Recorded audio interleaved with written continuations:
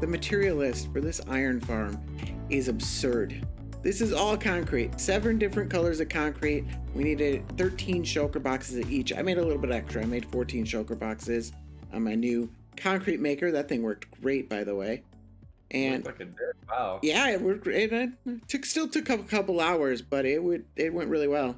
And then this is the rest of the materials. Another whole double chest. So 200,000 items in this build. Biggest item, 14 shulker boxes of black stained glass. I actually think we can save on a few. Oh. When did you kill an Elder Guardian? Just like 20 minutes ago. Oh, really? Yeah. Oh, cool. All right. So thank you for breaking my stride. Anyways, where was I? Yeah, so black stained glass, biggest item, whole bunch of concrete. Actually, not that many different items on this list, but a lot of them. And we've got a whole bunch of wool, a whole bunch of carpet, 1,000 beds, 1,000 grindstones, a whole bunch of end rods. This is going to be a fun build. Let's get this started. I mean, this is going to take a while to set up. So you ready to start building? As ready as I'll ever be. All right.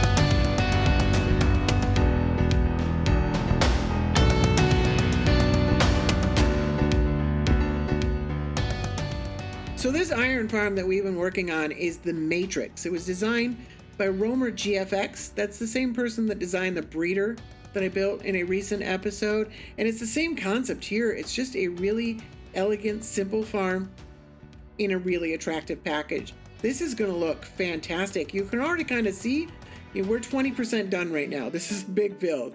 So we're going to do this all the way up. It's going to be 7 layers high, each layer a different color. This is going to look really, really good, especially from a distance. So we really like that about it. And also the fact that it's a modular design. So you can see here, we got 3 beds, be a zombie, bobbing up and down. Iron golems can't spawn down there. There's a platform up on top with a portal in the middle. And we'll deal with the iron golems over on the nether side. So each one of these is an iron farm in its own right. So you could build just one of these, or you could build as many as you want. The download from Romer GFX is a 5x5x5, 40,000 iron per hour. We decided to go with 7x7x7. We're probably going to regret that. We're already starting to regret it a little bit. It's a big build. That is almost 3 times as big. Just by adding 1 to all the sides, it goes from 125 cells to 343 cells, and should supply, in theory, 110,000 iron per hour. But it's a giant build, and I'm starting to realize we might not finish it in this episode, but there's a lot of cool things that we need to do along the way. So I'm taking a little break from building because it's kind of a repetitive task, and we've got a few other repetitive tasks that we need to take care of. And I think it makes sense to interweave them amongst each other so that we can take a break from one thing and work on the other. So we've got these breeders here that we need to deal with. So this one over here is for villagers. That's mostly sorted. This one is for zombie villagers, and we need to figure out the easiest way to turn them into zombie villagers. That's the easy part, but we also need them not to despawn. So we could either name tag them, which is a little expensive. We can trade with them, which takes a little more time, or we can give them an item, but only 1/5 of them will hold items. So I think we're actually going to be doing a mix of all 3 things. So I think there's a benefit to trading with them because we can use it as kind of a built-in mob switch, and we don't have to have the mob switch running back at spawn. If at least 71 of these guys have been traded with, that will keep the mob cap full while we're running this iron farm. And I think that'll actually help, and I think it's worth the effort. So what I'm going to do is I'm going to set up a little trading setup where we can hopefully trade with them fairly quickly. I want to get it done as quickly as possible, but I don't want to have to do it for every one of them. So after we've got 71, if it goes really easy, we might do 141, and then we'll do easier methods for the rest of them. All right, so here's a fairly simple setup that I came up with. Just drops them down, gives me a chance to trade with them. I've made it a cleric. Clerics always have this really cheap redstone dust trade. And I just need to trade with them once. And I push the button. It sends them over to a little area here with Scary Joe. And Scary Joe is going to have a little conversation with him. And that will keep them from despawning. So I just need to, it should actually automatically grab the next one. The minecart just comes back. You can see we got a bunch of workstations. So by the time that guy dies, and then it's going to get even faster as we go on. So trade with this guy, send him on his way. You can see the loop. He gets dropped off, loops back, grabs another one. Same deal. Although this is what I'm worried about. If they don't change relatively quickly, it can be pretty annoying. But that one did. It seems to be working. I think the extra stands here helps quite a bit. So that's what, 4? I should probably actually keep track of these. Probably with some sort of tally. We'll do that in a second. But yeah, this seems to be working pretty smoothly. This is pretty quick. So this ended up actually being super painless. There's not many villagers left. I've been keeping tally by throwing redstone dust. So we're at 101 right now. So trade with this guy. Throw redstone dust down there. Push the button. Remove the stand. As soon as he can't path to it anymore, place the next one. There we go. So we're not going to quite have 141. I have jump started the breeding process over here. So this guy's good. Drop another one down.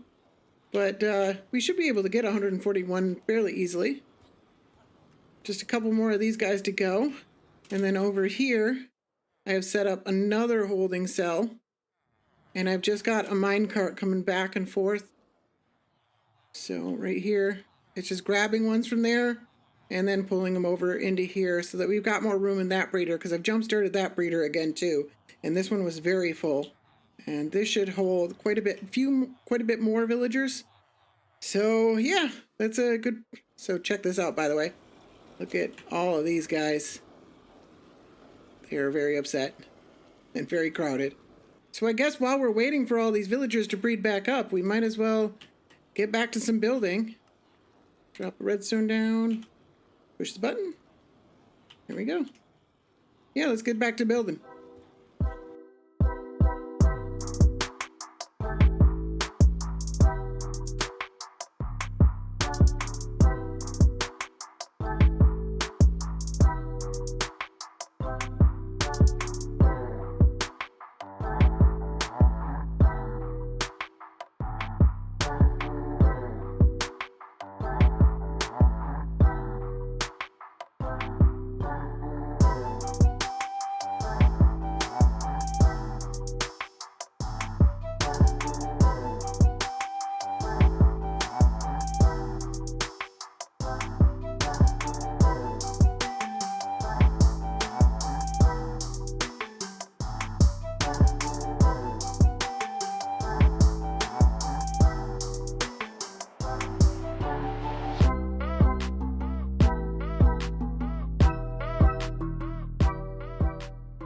We have just hit 50% complete. So come down here, 50.3%, just over 50% done. We got 3.5 rows done out of 7. Still a long way to go.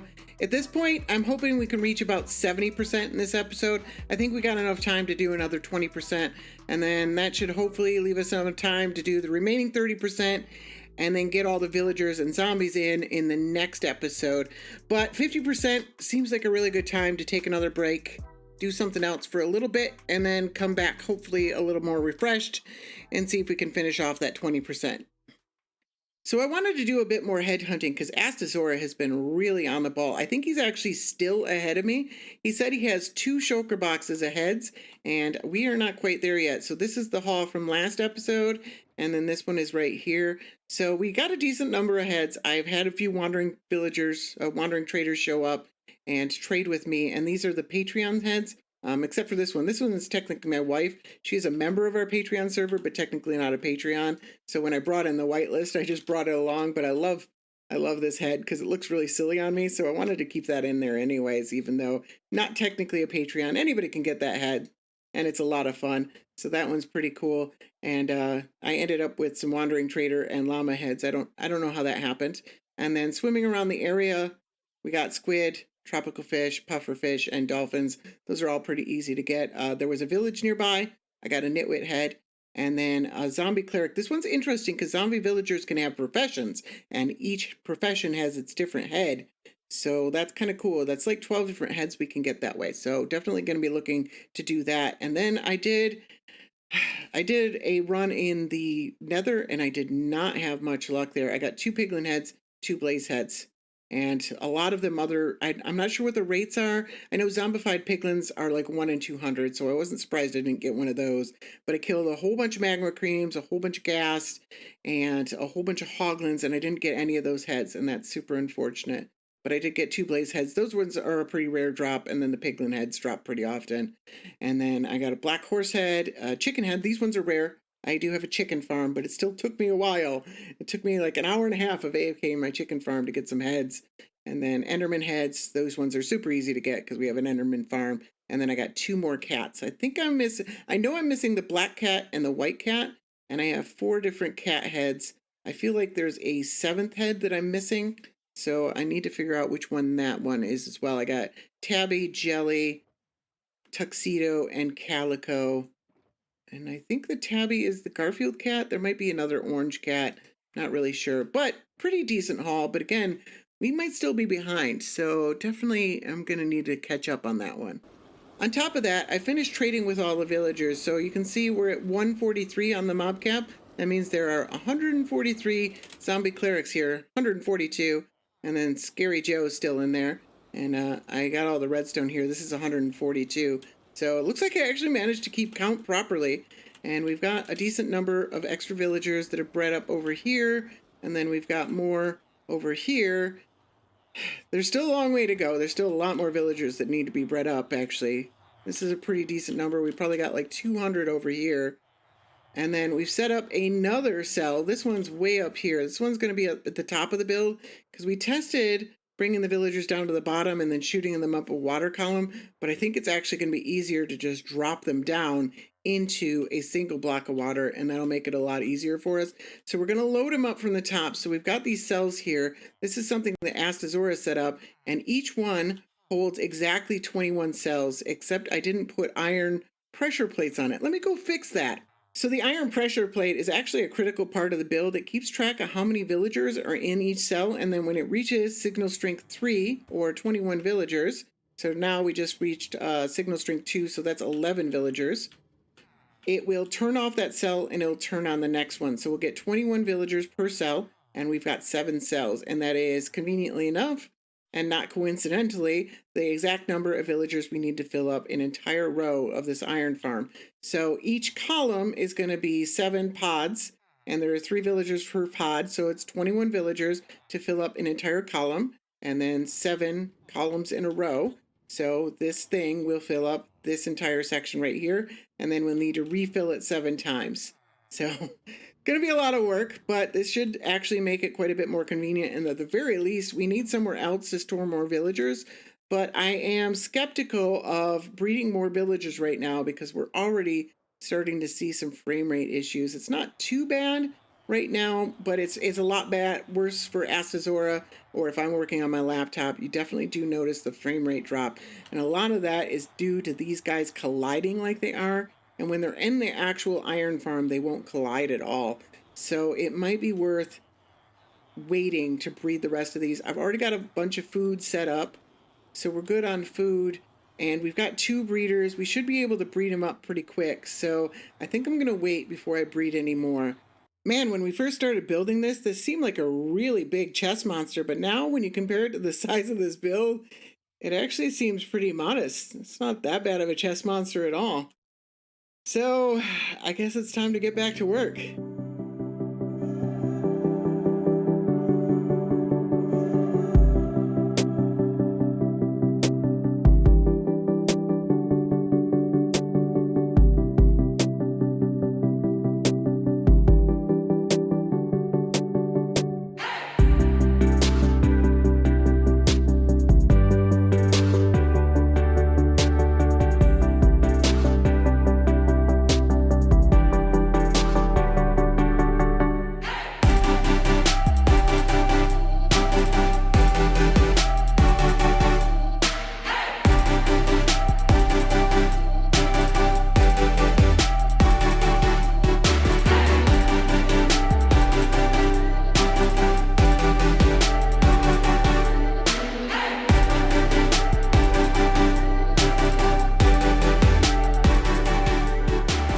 Man, this black concrete is really hard to work with. For example, can you tell that there's a block missing right there?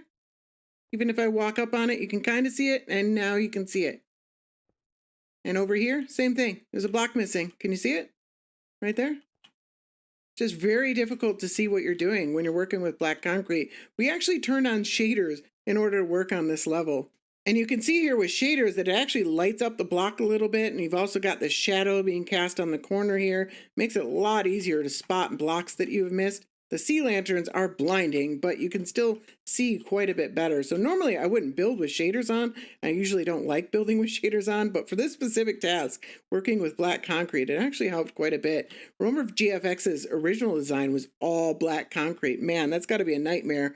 Although we only did one level. Our levels are twice as large, so it's basically we built half of it in black concrete. So still a lot of work to get all that black concrete laid out, but the shaders did help.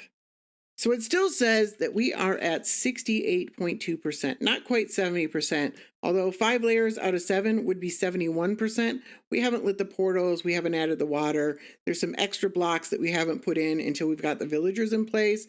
So 68.2% does make sense. I'm not starting another level just so that it says 70%. I'm not all prepared to build any more of this. Actually, anytime fairly soon. What we've actually decided is that we're going to take a week off of this build in order to avoid burnout. I don't think it's extreme to say that I'm a lot more patient than the average person when it comes to stuff like this, but even I do have burnout from time to time, and I spent something like 22 hours this week on this build. It's just a massive amount of time. It's a very repetitive task. And Astazora was along with me for a lot of that. So we're both pretty burnt out on this thing. So we've decided we're going to take a week off, give ourselves a chance to do something different and refresh, and then come back and do this last 30% and deal with all the villagers. And during that week off, I think I am actually still going to we haven't figured out the storage yet for this iron farm. We need to do something on the nether to deal with all the 100,000 iron that's coming through per hour. We need to deal with that. So I will try and figure out, that's what I want to do in the next episode. And then I've got a few other various tasks that I want to take care of then as well. And then in the following episode, we'll finish up this iron farm, hopefully. So it might be a little while before we actually get this iron farm working, but it'll be very cool when it does. So I hope you enjoyed. So that's all I have for you today. I want to thank you very much for watching. I hope you enjoyed this episode, and I hope to see you again real soon. Bye now.